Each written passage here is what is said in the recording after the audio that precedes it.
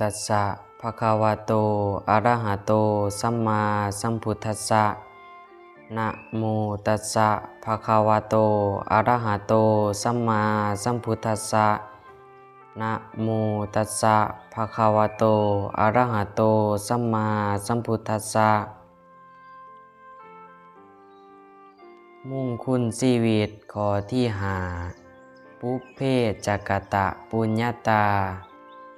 การเป็นผู้มีบุญได้ทำไว้ก่อนแล้วมากไม้พันธุ์บ่ดีถึงจะใส่ปุ๋ยหดนำพรวนดินดีอย่างใดก็ตาม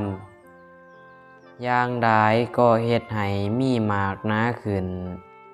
แต่จะเฮ็ดให้มีรสชาติโอชาขึ้นกว่าเดิมนั้นยาก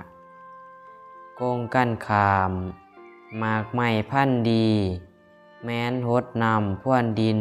เพียงพอประมาณก็ให้ผลได้เกินคาดรสชาติก็โอชาเช่นกันผู้ที่บ่ได้สั่งสมคุณความดีมาก่อนเมื่อประกอบกิจใดๆถึงขยันขันแข็งได้ปานใดผลดีกว่าจะปรากฏเต็มทีก็ต้องใส่ความพยายามอย่างหนัก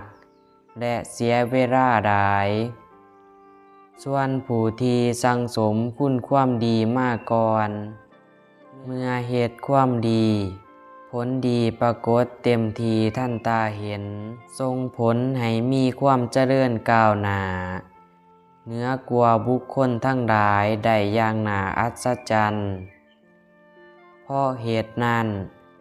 ขอให้เฮาทานญาติโยมทั้งหลายจงอย่าได้ประมาทในการประกอบคุณงามความดีทั้งหลายเอาไว้ถึงจะเป็นเพียงเด็กน้อยก็ตาม